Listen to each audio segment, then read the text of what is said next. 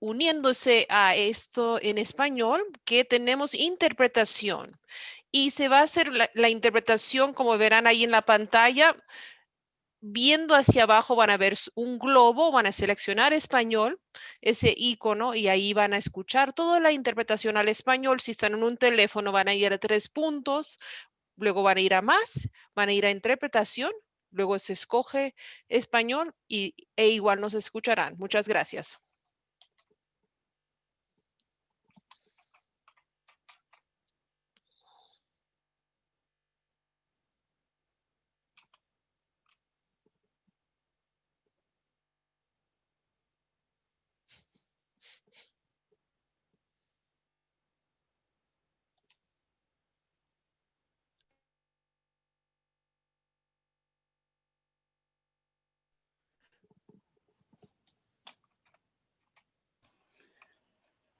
Again, everyone, we will be starting at 3:35. We will be with you shortly.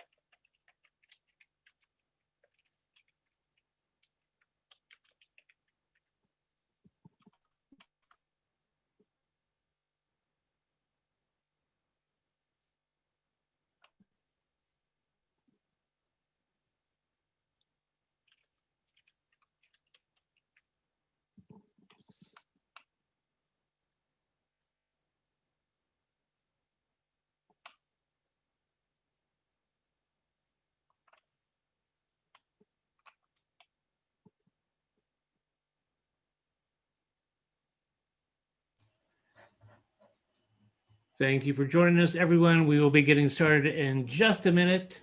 If you're watching and not asking questions, you can watch us on YouTube as well, live or afterwards after we've recorded and published the webinar. You can see that at boco.org/PH YouTube.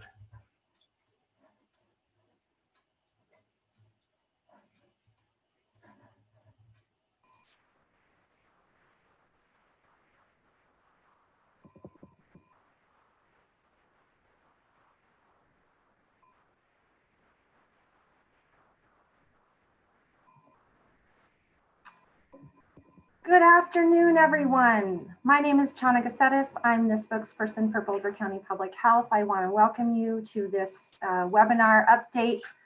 Today, you will be hearing again from our Executive Director, Jeff Zayach, who's going to give us an update on where we stand with COVID in Boulder County as well as the state, and what opportunities we might have after the holidays to move to a less restrictive level. And then you're going to hear from Indira Gujral, our Communicable Disease and Emergency Management Manager. And she's going to talk a little bit more about the vaccine, some more things that we've learned this week.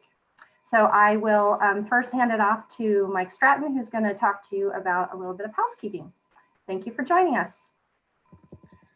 Thanks, Shona. I'm Mike Stratton with Boulder County Public Health. I'll be moderating today's call. Some quick housekeeping on how this webinar will go. We'll be taking questions at the end of the meeting. We'll use the Q&A function that's on the bottom of the screen. Click on the Q&A, it pops up, you type in your question, and we will read it out and get you an answer. If you are calling on your phone and you can't do that, so you can hit *9, which raises your hand, and we'll call on you from that. Lastly, if you're on YouTube and you want to ask questions, or you have a long question with lots of parts or lots of questions, please, you can reach us at healthinfo@bouldercounty.org. That's the best way to get a long answer to a long question. Now, I'm going to turn it over to Jeff Zayach, Executive Director of Boulder County Public Health. Good afternoon, everyone. So happy to have you all here again this week. I have some good news to present this week. It continues to get better. I'm going to share my screen here and pull up the data presentation. And what I'll do is just walk us through what our latest data looks like this week. And again, this is all good news. So the first data that I want to show you, maybe this one doesn't start with good news, but it's good news when you'll see our trends.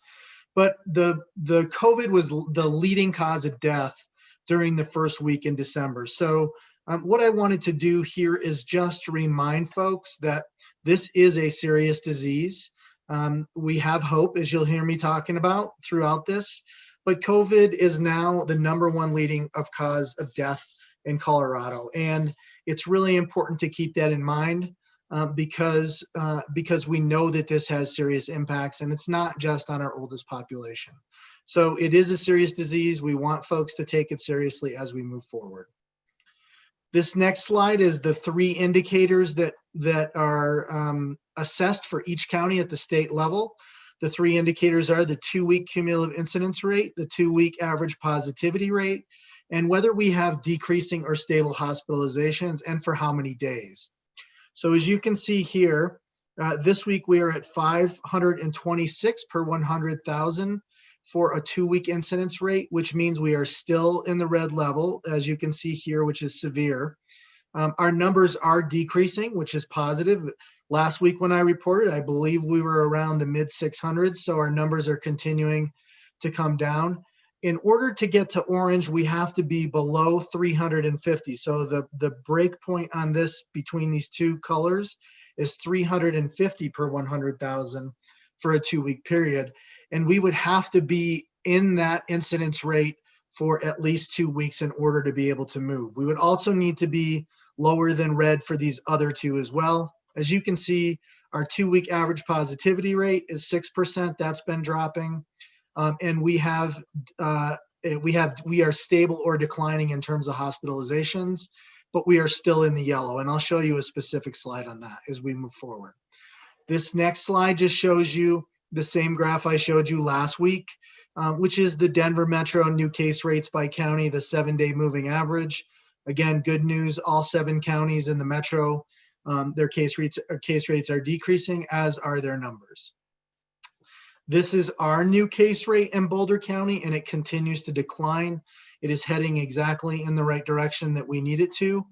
And this is partially because of policy decisions and partially because people made the right choices. So I want to thank everybody that's listening. And again, this is that hope message. We just need to stick with this. We can get through this. This is the number of our 2-week incidents per age group across our entire county. And I want to point out 2 things here. The first is we do need to protect our most vulnerable, as you'll see when we get to the number of deaths that we've had in the county. We can see that the largest percentage of people that are being impacted are in the 75+ age group, which we can see here. It's going up and it's starting to come down slowly. But all the rest of our age groups have been declining pretty consistently. We want to keep this one declining as well. Because they're the folks who we need to protect the most in this category, because they are the ones who lose their lives most frequently. I also want to point out for a later slide, you can see this very bottom line here. It's a dark green line. This is our 0 to 9 age group, and our 10 to 17 age group is up here in the orange. And this is going to relate to, when I get to the school slide, what we are doing with schools. This is our hospitalizations in Boulder County, and unfortunately, they are again on the rise. We had a pretty significant decline, and we are now coming back up a bit. The more we keep our case rates down, the more we would expect to see these hospitalizations on a steady decline. So that'll be a main message for us, is to just keep working on declining the number of cases that we have. This is our COVID-related deaths, and unfortunately, they are rising. As you can see in this chart, the orange is from long-term care facilities. And so these are folks who are most at risk in our community and have had the largest number of deaths. That being said, it does impact other people besides just long-term care facilities. So it's important that everything that we do to reduce cases in our community, we know is going to have a positive effect on what you're looking at here. And typically, what happens is we see an increase in number of cases, then we see an increase in hospitalizations, and then we see the increase in deaths that follow that. This slide is a slide that came from the state today during a presentation. What I want to highlight here is 2 specific things. that masks can make a major difference. If you look at this purple line right here, this is universal masking at a 95% level. So if we can get the masking up to 95% level across the state, then we can make a significant impact in the number of projected daily infections, as well as the number of projected daily deaths, as you can see here. Masks right now, even compared to this blue line, which is a little harder to see here, you can see it a little more here, and that is the rapid rollout of vaccines to high-risk populations. So we know it's going to take a while to get vaccines out to our general population, and in the interim, one of the most important steps we can take as that vaccine is rolling out is to keep wearing masks. It makes a big difference. There's a lot of research on this now, and we really want people to hear that message because it's so important. This is a graph that was also presented this morning, and it shows that our policy decisions are one of the things that are making a big difference in cases. What these lines show is, if you see the yellow line here and then a red line, this is actually supposed to be orange. It looks yellow on mine, but this was movement to orange level. This is Adams County, here's Boulder. This was the date that we moved to the orange level on the dial. And then this was subsequently the date that we moved to the red level on the dial. And you're looking at several counties here. The state did a comparison of counties that moved from orange to red and what the declines in cases looked like as compared to counties that just moved to orange. I don't have all the counties that just moved to orange. You will see it if you want to in an updated modeling report that will be ready later this week on the Colorado School of Public Health website. But you can see that as they looked at all these counties, they saw a pretty consistent decline across all counties that moved from level orange to level red. So we know that these policy decisions are making a difference in driving down our cases. They did not see that corresponding dip as significant in counties that just moved to orange, but were actually in a red level of incidence. So I think it's an important point to reiterate. We are working towards in-person learning. We have met with St. Vrain Valley School District. We will be meeting with Boulder Valley School District this week. And we have been in close contact with both our superintendents as well as our teams at the operational level throughout this entire thing, as you know. The Colorado Health Institute released this document today. It was a review of the research available associated with school outbreaks at a national level, as well as a relook at the local level, and based on school data from both the spring and the fall of this year. In addition, the roadmap to in-person learning was released today, and that is related, or yesterday, I'm sorry, and that was related to the school task force recommendations. Both of these documents reinforce the exact same thing, which is, especially in the K through 5 age group, we should be having kids fully back in school, and that there's very little spread as a source of major spread from the schools themselves or from the kids to teachers in schools. Most of the challenges that we've had in the schools has been relative to cases being brought back into the schools and then the associated quarantine requirements with staff and children in the schools. And that's what these documents really say, is that the lowest risk is K through 5. They should be back in person and full. There is medium risk in the 6th to 8th grade population, and then higher risk in the 9th to 12th grade population. But that we should be working very diligently to get kids back in school.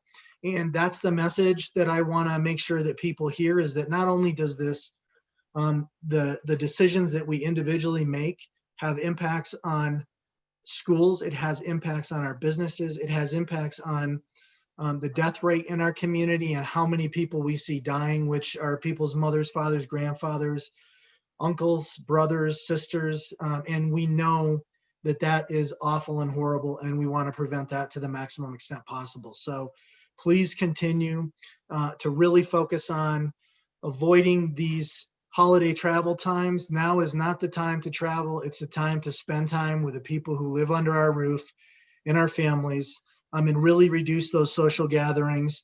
We know that people are facing COVID fatigue right now, and that it's really difficult for people. It is for me, it is for everybody, I'm sure, that's on this phone call. But what I want to emphasize is that we still see a high level of infection in our community, with an estimated 1 in 40 people infectious statewide. Just to compare this to back in August, early August, we were at about 1 to 800 people, between 1 in 800 and 1 in 900 people back in August. So we're at a severely high infection rate in our community. We need to keep driving those numbers down, and this will improve. Also, we know that 50% of the people that are identified as infectious don't even know they have the disease. So this is a challenge for us. We need people to keep testing and make sure that they're taking advantage of the free testing supports that we have in our community today. Again, there's hope. We have vaccine coming. It's on the way. The number of cases, as you can see, are stabilizing and decreasing. And what we need from all of you is to just keep up the hard work on this. We know it's been difficult. Please do these things that are on this slide. I'm going to turn this over to Chana, who's going to talk about these 4 specific steps, or 5 specific steps that we can take together, and it will get us to where we need to be, which is to get us back where there's lower numbers, where we can have kids back in school, we can open up our businesses, we can start to get closer back to normal. Chana? Thanks, Jeff. So as Jeff said, and as we all know, these are 5 of the most important things that you can do. First, always wearing your face covering when you're around people you don't live with. Second, keeping your 6 feet of distance. And this means also, even if you're wearing a mask, keeping your 6 feet of distance, especially indoors. Washing your hands as regularly as possible, especially if you've been out and about. Not gathering. We know that we've seen a spread from personal gatherings, private gatherings, so that's really important. I heard someone recently describe COVID as the virus of love. And the reason they said that is it preys on people's love for each other, to want to hug, to kiss, to get together. So we need to fight this virus by not allowing that to happen. And the last part is, in the middle, you'll see a telephone. That is to encourage everyone to sign up for the COVID-19 exposure notification app. It's very easy to sign up for, and very secure, private, anonymous. But then you will get notified if you've been near anyone who then tests positive for COVID. So we really recommend that as many people as possible sign up for that app. And I think that's it. And I will hand it over to Indira.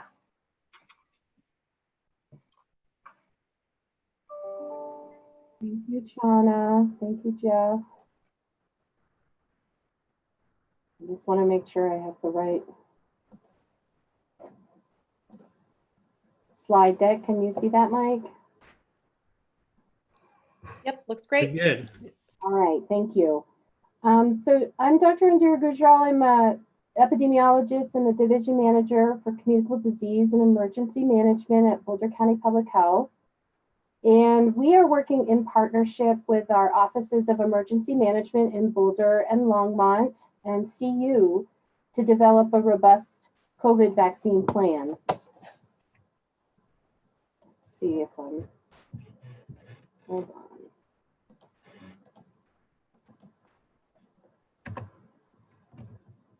So last week I shared with you some in-depth information about the vaccine life cycle. I just am going to briefly touch on this for a second, because I think it's really important for people to know that there is a process that's been in place for a very long time for developing vaccines. On the left are the basic research and preclinical studies that are conducted in yellow. And then once those studies are conducted, they move into a clinical studies or clinical trials phase. So phase 1 is looking at safety, phase 2 effectiveness, and phase 3 safety and effectiveness. It then goes to an independent body at the FDA, and the FDA pores over all of the data that's collected and from those clinical trials, and then they make an approval or recommendation to approve. And then from there, it goes over to an independent body from the CDC, known as the Advisory Committee on Immunization Practices. And then they make the recommendations on who should receive the vaccine and frequency. Phase 4 is this continual monitoring for safety and effectiveness to ensure that there are no adverse events and to identify when there are. Right now, we know that 20 million vaccines are expected from both Pfizer and Moderna, so that's a total of 40 million. That should be distributed starting this week, actually, which is really exciting, all the way through April. And some people have had questions about the messenger RNA vaccine technology that's being used by both Pfizer and Moderna. And I just wanted to share with you that Dr. Anuj Mehta, who is a pulmonologist with National Jewish Hospital, has done a very nice comprehensive YouTube video that can be shared, and I think Shanna's going to be able to share it with you, on what messenger RNA vaccines are, what the technology is about. For those of you, just to give you a brief understanding, the messenger RNA uses a spike protein from the coronavirus to basically get your own body's immune system to rev up and build antibodies against coronavirus. And we know that it's safe and 95% effective, which is very exciting. So I encourage you to watch the video in case you have questions. And it's also translated in Spanish as well. Traditional vaccine development will also be released through the emergency use authorization. Starting in January, February, we should see the Johnson & Johnson vaccine apply through that vaccine process. Also AstraZeneca and Oxford by February and March. This is one of the most important slides to share with you because phase 1, we know that there's going to be definitely some limited doses available. So lots of people will want to get the vaccine, but the supply is going to be constrained. And so we're going to be tightly focusing that vaccine administration, and that's coordinated both at the national level, the state level, and the local level. By phase 2, we should be seeing a large number of doses available, likely sufficient supply. That will expand beyond those initial populations in phase 1. And this is going to be great to see.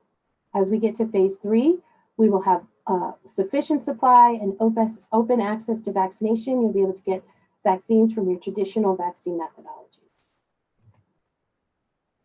methodologies. Because vaccine supply is so limited, we have to prioritize those who should receive it first. And the prioritization philosophy from the state health department is looking at 2 things. 1, how can we save the most lives? And 2, how can we end this crisis that's been brought on by the pandemic?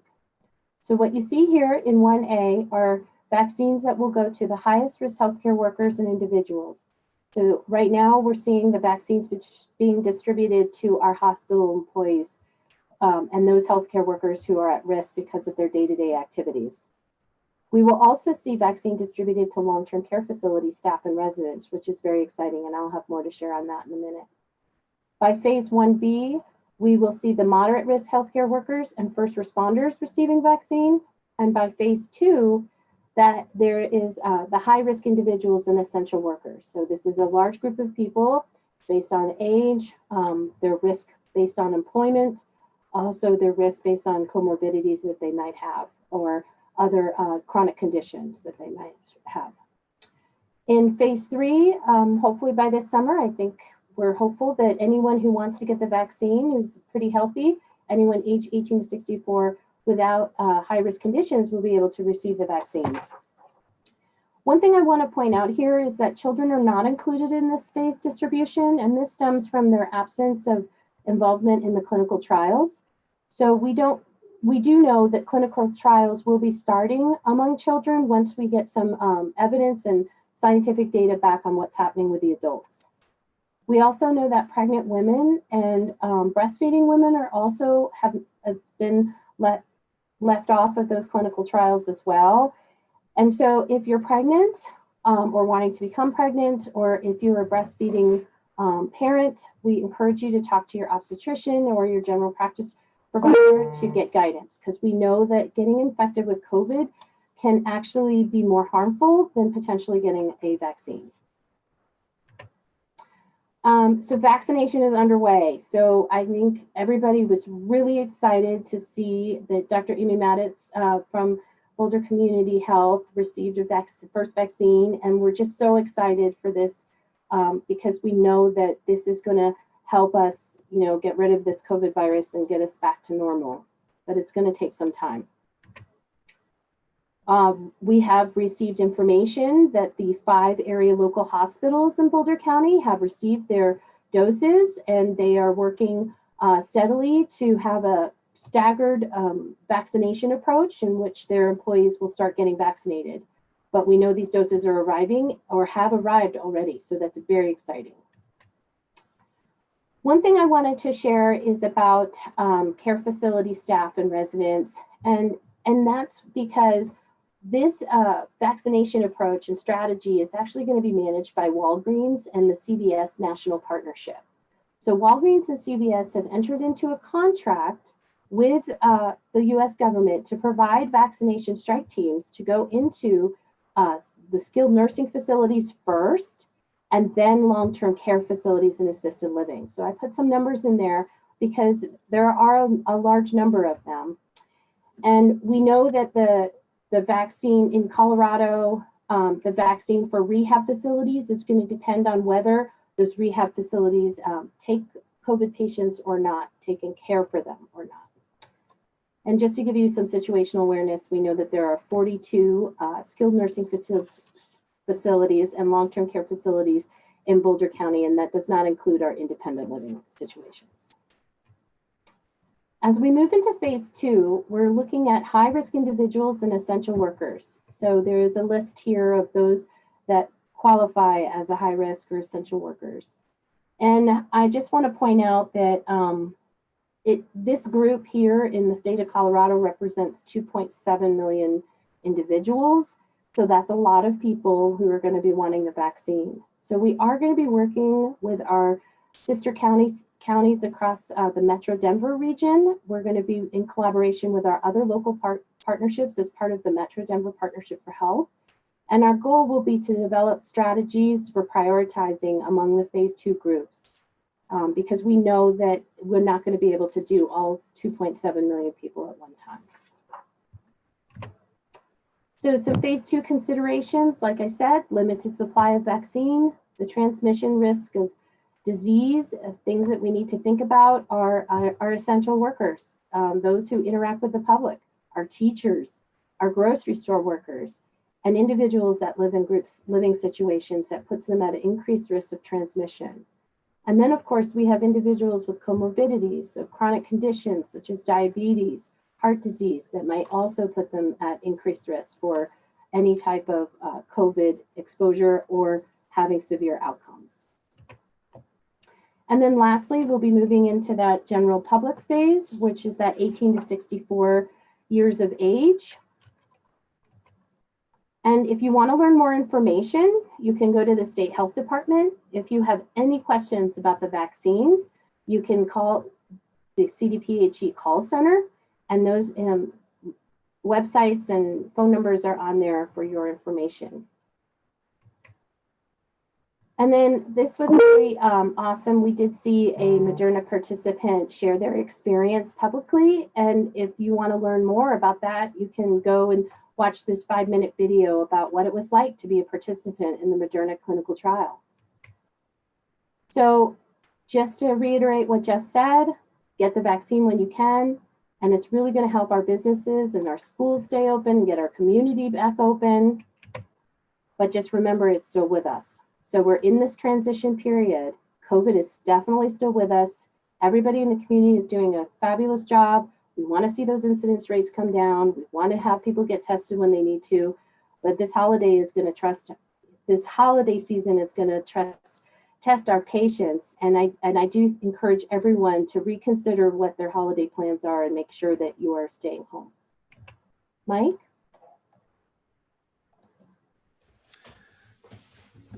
Thank you. We're now going to get to the Q&A section of our meeting today. Let me tell you how that's going to work.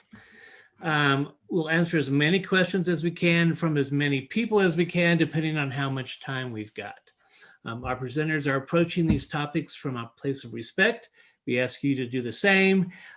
If we don't believe you are, we may need to mute a participant, so we hope we won't go there. Basic instructions for Q&A is you'll see on the bottom of your Zoom screen, there's a Q&A button. Click on that, type in your question. I will read that out for you, and we'll get an answer. If you're on the phone, you can press *9. We'll see you raise your hand, and we'll call on you when we see those questions pop up. Let's see. So we've got 4 more people who may answer questions today. They include Dr. Chris Urbina, Boulder County Public Health Medical Officer, Chris Campbell, Interim Emergency Manager for Boulder County Public Health, Emily Payne, Epidemiologist with Boulder County Public Health, and Trina Ruland, Assistant County Attorney. So let's see if we can't get to some of the first questions here. The first one says, how will you get the vaccine to physicians' offices in Boulder County? Sure, I'll be happy to share. Chris Campbell, feel free to jump in. Getting vaccine to the outpatient healthcare workers is one of our main priorities, and we are looking at multiple strategies on how to do that. We have entered into a partnership with Safeway, who has offered to partner with us in getting what we call points of dispensing. So setting up ways that we can make sure that people have access to the vaccine. We are also exploring opportunities with some of our healthcare centers. We have enrolled our federally qualified health centers. And so we're coming up with a myriad of approaches that recognizes that some people don't work in a hospital setting. And so how do we make sure that we get the vaccine to them? So more to come. Hopefully by the next meeting, we'll have more information to share on that. Thank you, Indira. Second question is, are you able to provide an update on the Whole Foods Boulder outbreak? I could provide that update. This is Emily Payne, epidemiologist, Boulder County Public Health. So 2 things I would suggest is the Colorado Department of Public Health and Environment has a COVID data webpage. On that webpage, there's an option to click on the Outbreaks tab, and that is the most complete source of information on outbreaks across the whole state. You can look at a variety of different things on there, but the map option on that tab is really the best. And there you'll find the outbreak that you're referring to, the Whole Foods Boulder outbreak. That data is updated weekly on Wednesdays. It hasn't quite been updated yet today, but the data through 12/9 last week showed 16 confirmed cases among staff at that location. So I would keep your eyes out. If you want to see an update that comes out tonight, it probably will be out in the next hour or 2. Thank you, Emily. All right, I've got a question about the schools here. I understand that research is pointing towards opening up schools in person. Since there was an aggressive increase of spread within 2 weeks of the phase 2+ format before, would it be recommended to open up in the original phase 2 format instead? Hey, Mike, I'm happy to take that. This is Jeff Zayach, and we have been looking really closely at that data. And that's, again, if you look at those 2 documents, which are now on websites at the state level, you'll see a lot more detail on this. But it is clear that we are not seeing schools as a source of spread of these outbreaks. The virus is being brought in primarily from outside in the community into the schools, and it's really important. We know that we've lost years to research with kids not being in person, which is why all public health directors across the entire metro region, as well as the state task force, made the recommendations to have K-5 fully in person going into January. And that is the recommendation that we've made to both Boulder Valley School District as well as St. Vrain Valley School District. We are looking at we have made the recommendation for hybrids because we are in severe risk, and we know that there's a little bit more risk associated with middle school and high school. We have made the recommendation that until we see what happens over the holiday period and until we move our numbers down lower into that orange category, that the schools proceed with a hybrid. And that is consistent with what's recommended on the state dial, which says you can go from in-person all the way to remote and hybrid in the middle. So we have looked closely at our data and worked with our schools, and that's why we're comfortable with where we are. Great, thank you, Jeff. Let me remind the people on the phone, if you've got a question, hit *9. We'll see you raised your hand, and we'll ask your question live. Next question in the queue. Is it safe to be around family members outside the household who have tested positive for the antigens for COVID? Chris, do you want to take that? Sure, I'd be happy to do that. Whether or not great question, whether or not a person tests positive via an antigen test or a PCR test, that's the nucleic acid test, they're positive.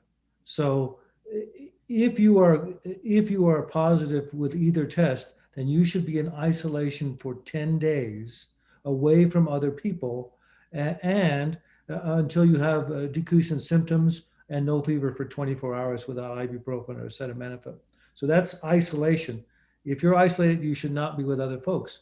If you are in contact with that individual, that is contact defined in less than 6 feet and cumulative 15 minutes, then you are going to be in quarantine and you should not be in contact with that person isolated and put yourself in quarantine if you haven't heard from us regarding contact tracing. So those are fairly fundamental issues around the COVID infection. And I hope that answers your question. Stay safe.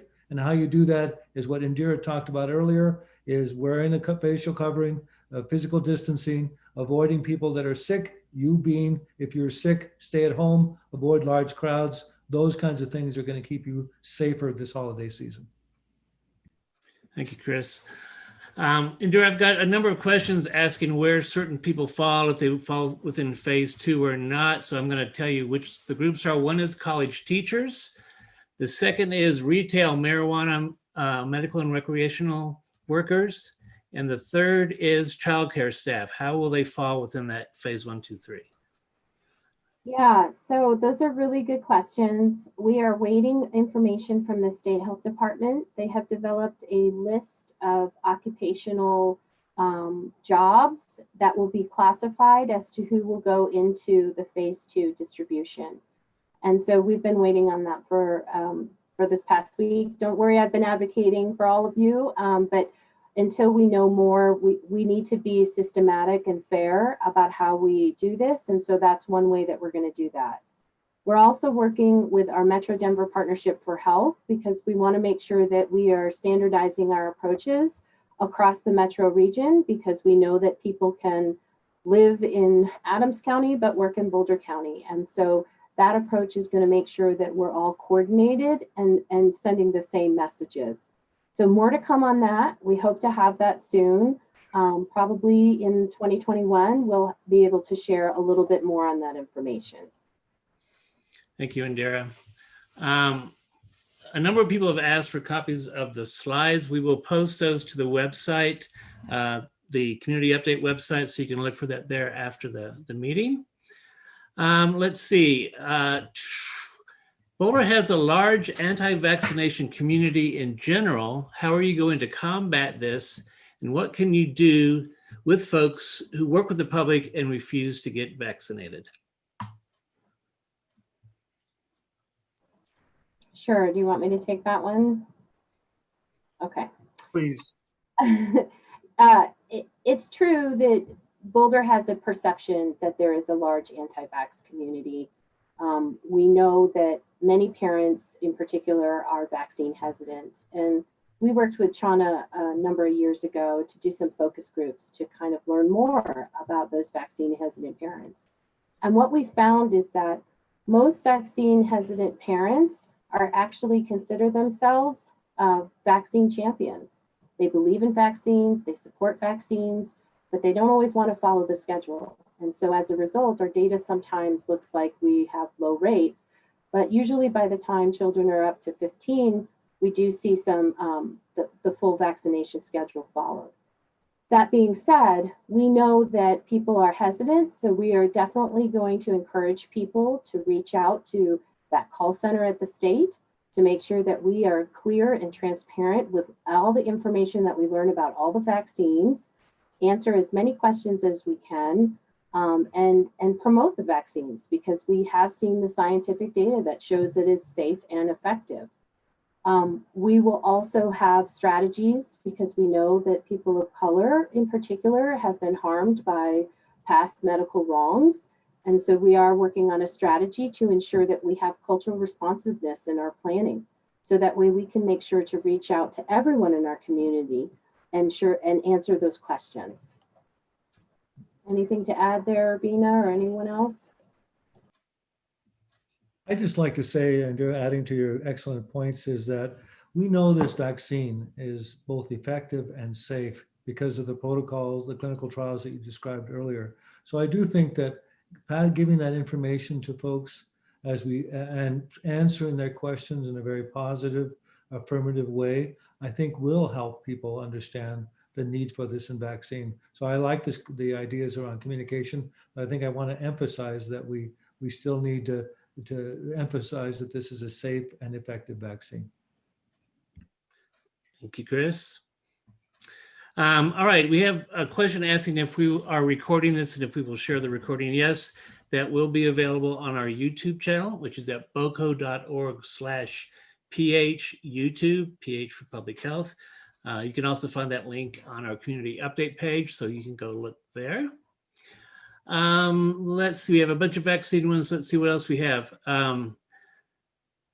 Will individual companies decide how to prioritize their workers in phase 2? How will you determine which workers qualifies for phase 2? I know you've touched on that, Indira. Do you have anything else to add to that?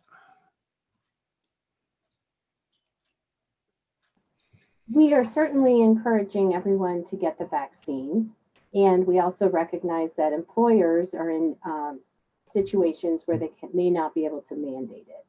So that's going to be left up to each employer to decide how they want to handle a mandate versus optional.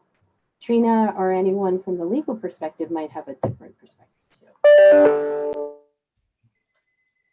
You covered it, Indira. Okay, let me go on to the next question we have here. Are there any outreach efforts underway to get people tested, especially members of the Latino community?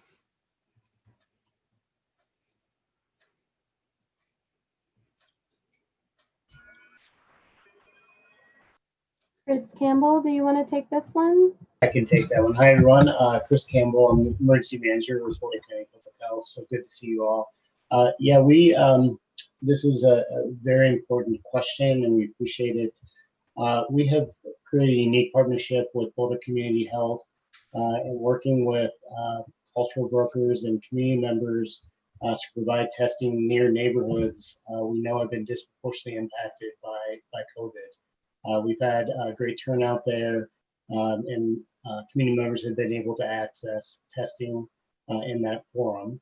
And we have been able to hand out very important information in those forums at those testing locations about how to remain safe in the community, how to again mask, and also avenues for resources if, for example, you test positive and are unable to work.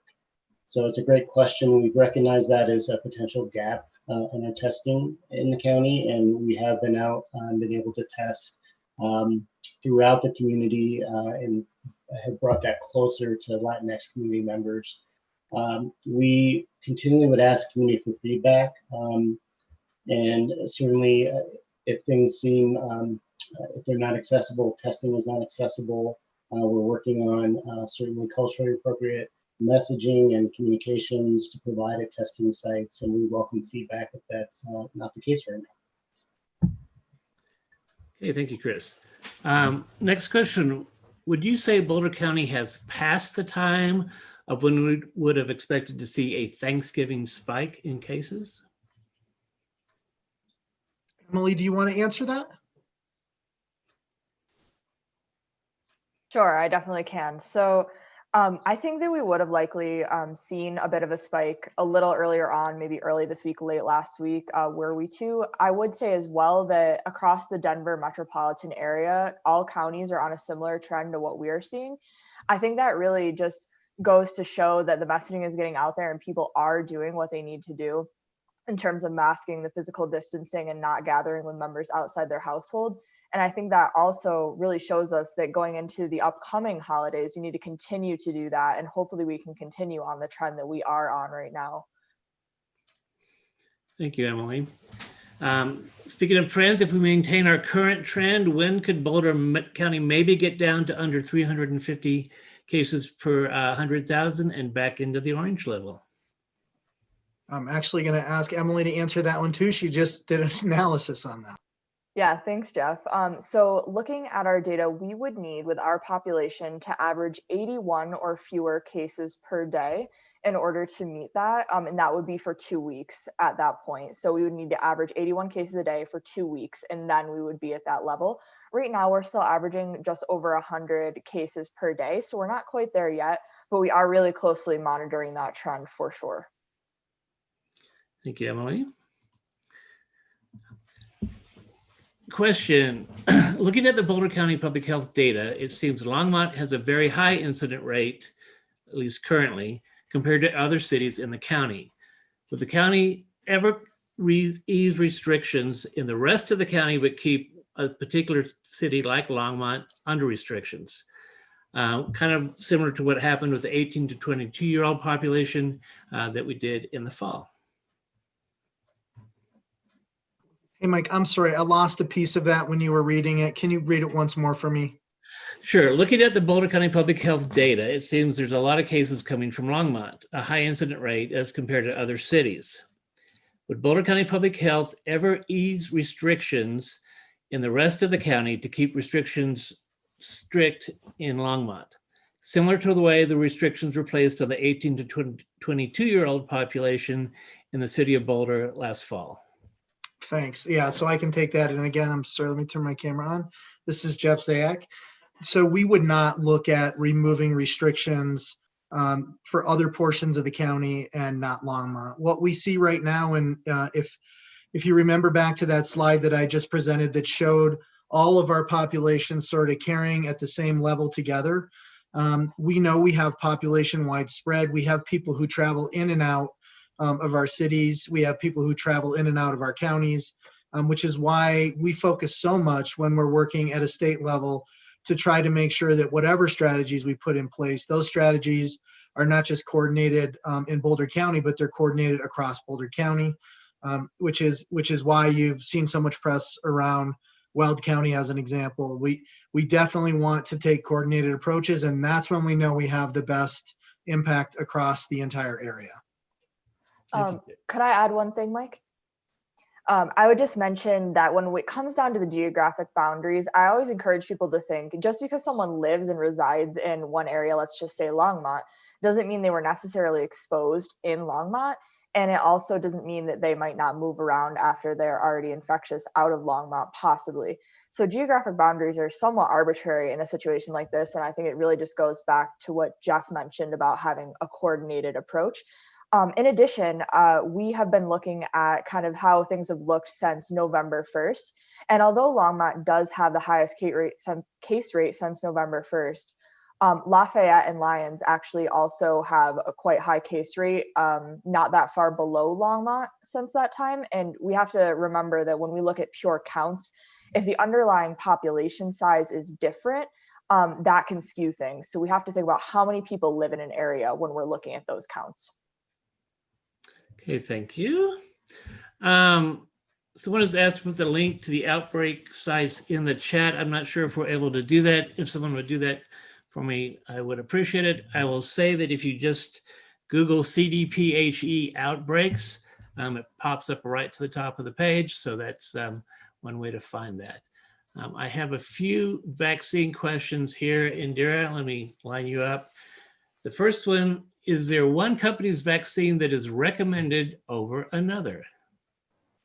No, both have been found to be very effective. One is 28 days apart and one is 21 days apart. But they use the very similar messenger RNA technologies, and no, we would not recommend one over another. Okay, thank you. How will someone be notified? And I don't believe we know the answer yet, but how will someone be notified when they are ready to receive a vaccine? I'm 65 years old. How will I know when and if I can get a vaccine in phase 2? So more to come on that. I think attending these meetings will be really important because you'll be able to hear what's happening with the planning process, which Chris Campbell is working on with our immunization program manager, Keith Rawls, along with that coordinated effort with our offices of emergency management. I would also say that the state health department is also going to be releasing information. Information is coming out every day, more and more. And so just, it's going to require a little patience for everyone to just keep monitoring and watching. And then if you have questions about it, you can always call your healthcare provider. Can I just add to that, Mike? Of course. I just want to let everyone know that, of course, we will do a press release when we have that information to tell people exactly where to go and when to go. It'll also be on our social media pages, Facebook and Instagram. And we'll put it on Nextdoor as well. So we're going to do our best to reach out to you. And I suspect the Daily Camera will definitely be publishing this information. Thanks. Thank you, Chana. We have a question about, it says, can you discuss expectant mothers and getting the vaccine once more? Sure. So we did put out some guidance that is associated with the ACIP, which is that immunization practices.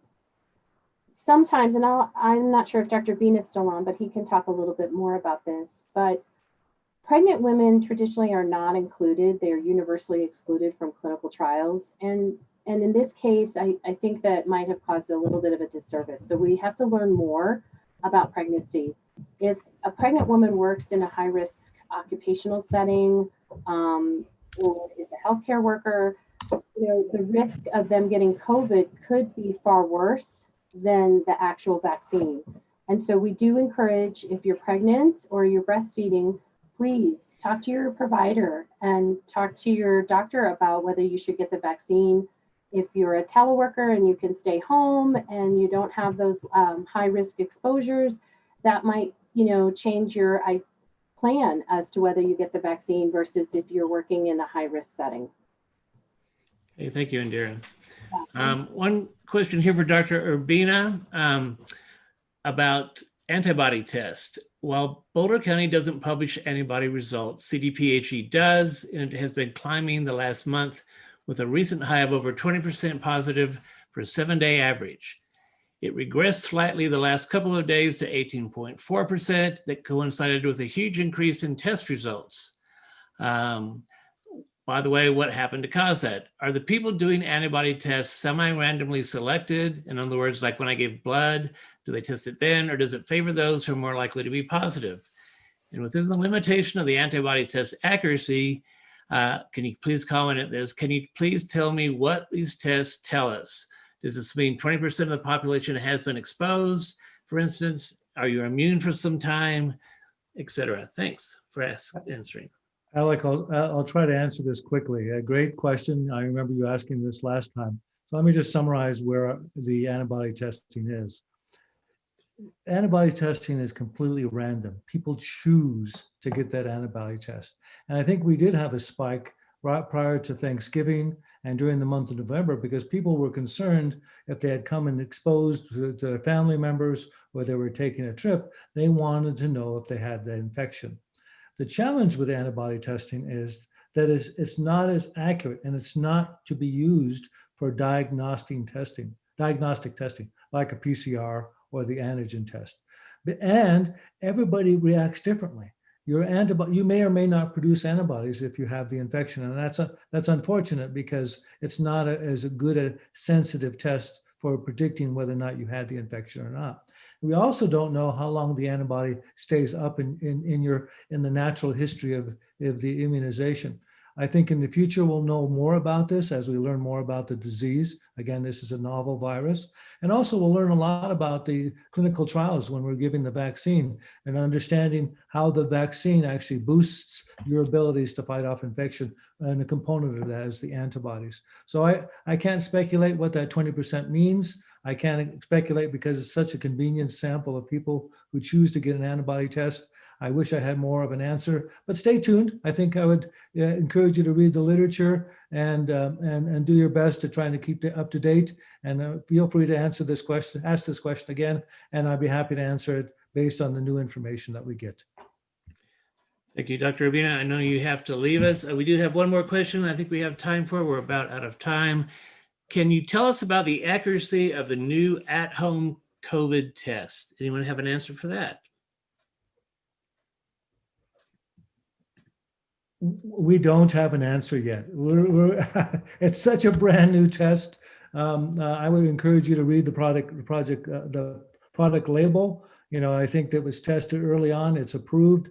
More to come on that. It's such a brand new test. I can't tell you how accurate it is. I can tell you that it's accurate based on the studies, or else they wouldn't have gotten EUA. But I can't tell you until it's actually administered and how accurate it is actually in real life.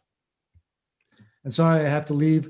Have a great evening. Thank you, everybody, for joining us, and thank you for your questions. I've got one follow-up question here that I think we can get to.